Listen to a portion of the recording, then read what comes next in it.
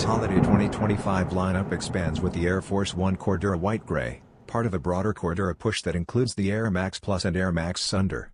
Following the recently seen dark Obsidian Cordura AF1, this version uses weather-resistant Cordura on the toe box, tongue, and quarter panels, contrasted by smooth white leather overlays.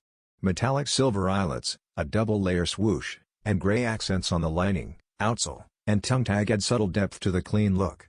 Designed for cold weather versatility, the shoe delivers a balance of style, durability, and functionality, making it ideal for both urban wear and light outdoor conditions.